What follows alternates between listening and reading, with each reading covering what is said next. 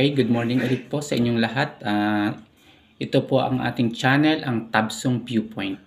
So sa inyong lahat po, welcome po sa ating channel, Luzon, Visayas, Mindanao at sa buong Pilipinas. Sana po ay nasa mabuti kayong kalagayan ngayon at tayo po ay ipagpatuloy natin yung mga talakayan na may implikasyon dito sa ating bayan. Okay, dun po nakapokus ang ating channel, yung mga bagay na may direktang apekto dun sa ating kinabukasan ng bansa. Dapat po yun ang ating pinag-uusapan, binibigyan ng pansin at hindi yung kung ano-ano mga political intriga. At hindi dapat tayo nagpo-focus din sa mga hidwaan ng mga political personality na yan.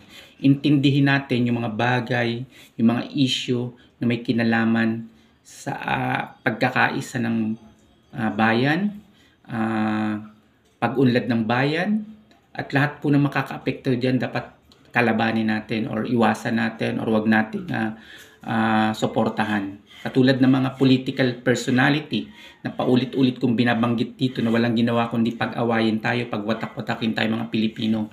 Again, yan po ang tinututulan natin dito sa channel na yan. Dito sa channel na ito, guys. So, importante na lagi kong i-emphasize sa inyo ito kasi ito yung focus ng ating channel. So, sa lahat po sa inyo na may pagmamahal sa bayan at gusto na magkaisa ang Pilipinas at hindi na magkawatak-watak para mabilis tayong umunlad as a nation, sana po makiisa kayo dito sa ating advocacy ng ating channel. Okay, balik po tayo sa ating talakayan ngayon. Kasi may nabasa akong isang article na kalalabas lang sa social media, which is again, naniniwala po ang channel na ito na may implication ito sa kinabukasan natin ng ating bansa.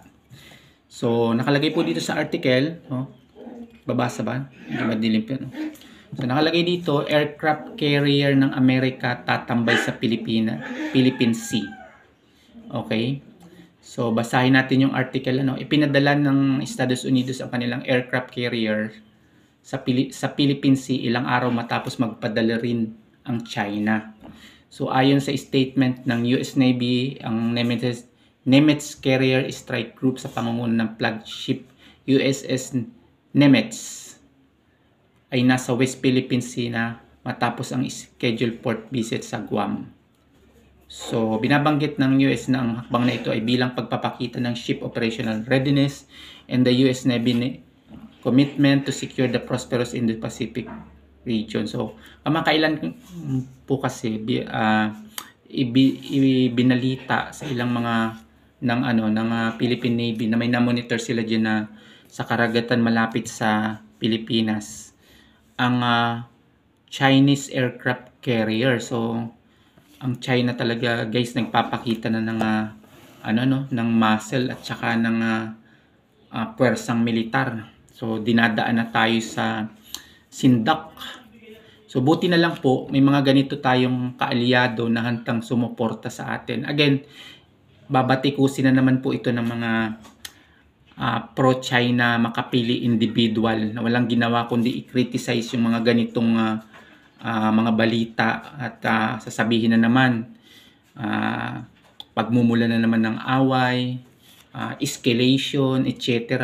So, nandun yung mga narrative na pag pinansin mo po ay walang ginawa kundi pumabor sa China. So anong mangyayari sa atin kung hindi natin na tatapatan yung pinapakitang puwersa ng China diyan?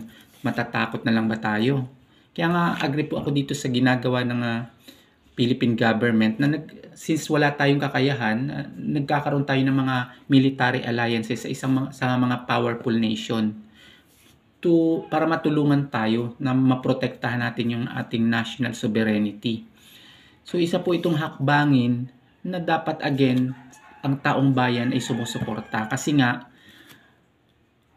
saan kayo mamimili, guys, di ba? Anong pipiliin niyo? Yung Amerika na sumusuporta na ipaglaban yung West Philippine Sea o yung China na walang ginawa kundi kamkamin yung ating teritoryo dyan sa West Philippine Sea? So malinaw po, dapat hindi na natin pinagdidibatihan yan. Malinaw po kung kanino dapat tayo magbigay ng suporta. At lahat po ng mga statement na kumukontra sa mga pagsuporta na yan ng Amerika sa Pilipinas para maprotektahan yung ating national sovereignty, yan po ay mga pro-China narrative na dapat pinipigilan po nating lumaganap sa social media. Kasi napapansin po natin marami po ang nai-impluensya ng mga false narrative na yan.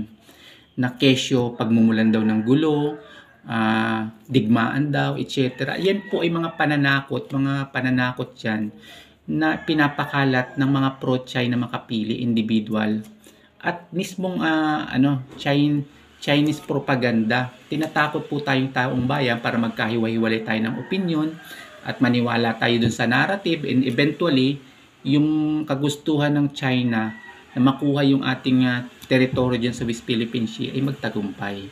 At yun po ang ating pilit na lalabanan. Kaya nga po tayo dito sa channel natin, nananawagan tayo na tayo ay dapat magkaisa.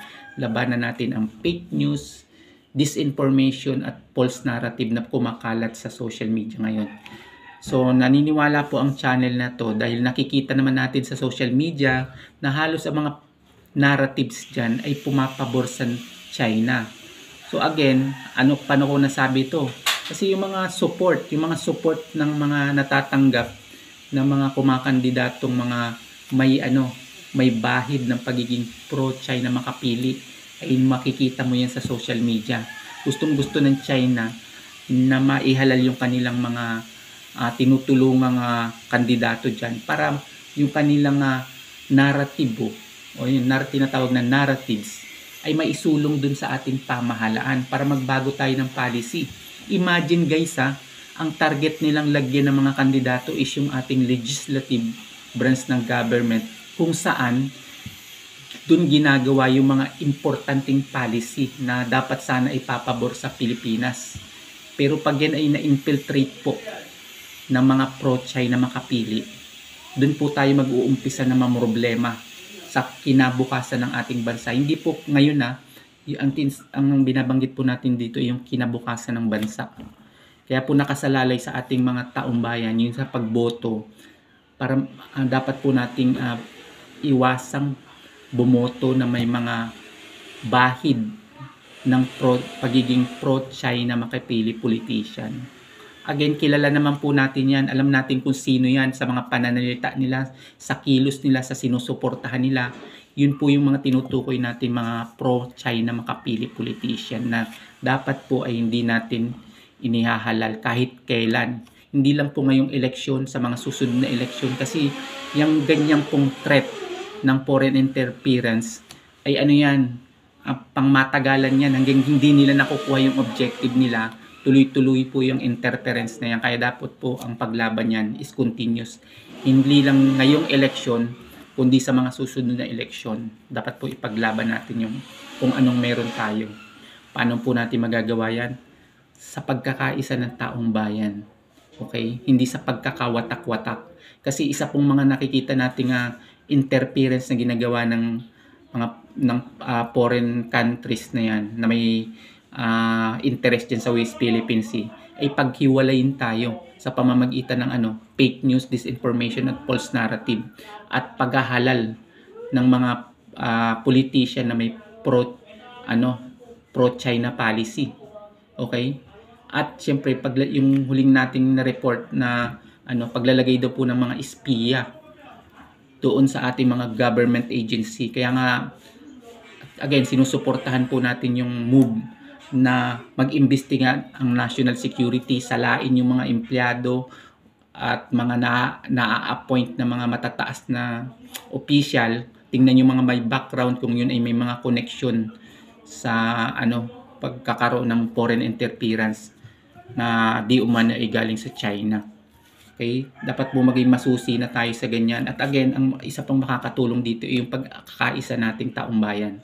Magkaisa tayo, huwag tayong magwatak-watak, huwag tayong maniwala sa mga political personality na yan na ang ginagawa ay paghiwalin tayo, pag-away-awayin tayo para silang suportahan at yung interest nila ay masama po paano kung ang interest nila ay pro-China makapili politician sila. So ano mangyayari sa bansa natin? Kaya tayo guys, mag-isip-isip tayo sa bawat galaw natin. Napaka-importante na unahin natin ang Pilipinas. Una sa lahat ang Pilipinas, yung pagkakaisa natin. At again, ang isang key po para magkaroon tayo ng solid na pagkakaisa ay yung hindi pagsuporta sa isang political personality. Kasi dyan po nag-uumpisa ang ano natin ay pagkakawatak-watak, yung pagsuporta sa political personality. Tigilan na natin yan. Anyway, maggagawa guys ako ng isang report tungkol sa mga negative effect niyan pag idolatry sa political personality. Kasi yan ang gusto kong mabago guys eh. Dapat dyan tayo magkaisa, labanan yung sobrang pagsuporta sa political personality. Okay? So again, ano nga pa pala masasabi ninyo dito sa ating news na binalita, pagkakaroon ng aircraft carrier sa ating karagatan para magkaroon ng balance of power diyan para masawata yung ginagawa ng China diyan sa ating karagatan, yung mga pananakot etc. So ano po nga masasabi niyo diyan? Paki-comment lang po sa ating comment section at yan po ay pag-uusapan natin. Okay? At again, sa mga hindi pa po naka-subscribe, please support po ang ating channel. Subscribe po kayo at para magkaroon tayo ng community, maitaguyod natin yung pagkakaisa ng bayan laban sa mga political personality na ang interest ay paghiwa-hiwalayin tayo, pagwatak-watakin tayo. Yun po ang message natin ngayon. At again, maraming salamat po sa inyong lahat at sa inyong lahat dyan. Peace.